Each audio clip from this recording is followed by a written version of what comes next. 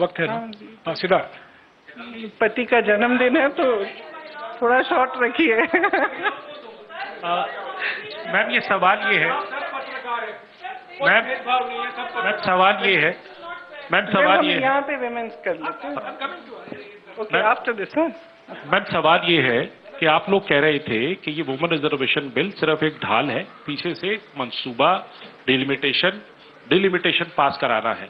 अभी भी delimitation bill के लिए कल जब जो मंत्री किरण रिजिजू है उन्होंने कहा कि बाकी दो बिल अब मैटर नहीं करता, इसको हम बाद में पुटअप करेंगे। डिलिमिटेशन की मैं बात कर रहा हूँ, उस पे आप लोग कैसे आगे इसको चीज रखेंगे? हमारा स्टैंड बहुत क्लियर है, पूरे अलायंस ने अपना स्टैंड बहुत क्लियर किया है और इस वोट से और भी स्पष्ट हुआ है कि हमारी मानसिकता में, हम मतलब मानसिकता नहीं, हमारी समझ में ये जो बिल लाया गया और ये जो 3 दिनों की चर्चा चली, ये महिला आरक्षण की नहीं थी, ये परसिमन पर ही थी। और इस पर हमने सब ने अपने विचार बहुत स्पष्टता से व्यक्त कर लिए हैं।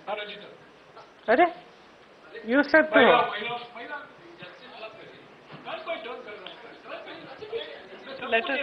मैम सर महिला ही है इधर भी, वो भी और मैं भी। मैम आपने 543 सीटों की आपने कहा कि 543 मौजूदा सीटों पर सरकार दे दे, तो ओबीसी का उसमें प्रावधान नहीं है, एससी एसटी का तो है, तो क्या उसके लिए भी अगर आप नहीं, उसमें उचित प्रावधान बनाया जा सकता है, क्यों नहीं बनाया जा सकता?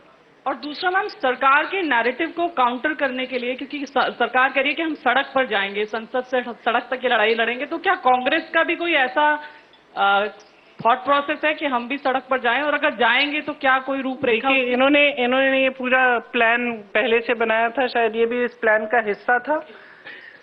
हम अभी कल हमने इनको डिफीट किया है पार्लियामेंट में, हम आज बैठ के हम भी सोचेंगे कि हमें क्या करना है और जरूर करेंगे कुछ।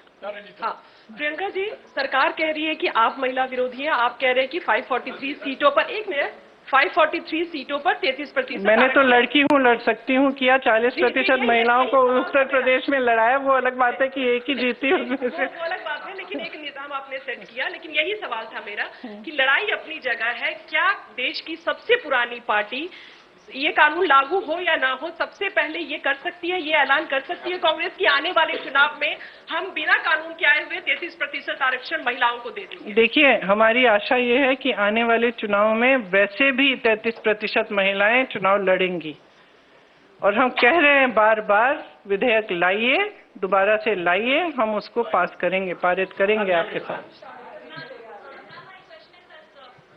Today, the opposition is planning to write a letter to Prime Minister Narendra Modi for the implementation of this bill. But are you also going to mention about the OBC quota, because already for SC/ST there is a provision which has been passed, obviously, and for Muslim reservation also it was being demanded by the Samajwadi Party. Are you also going to support that in this particular letter? Look, the OBC quota, I think almost every speaker from the opposition has referred to it.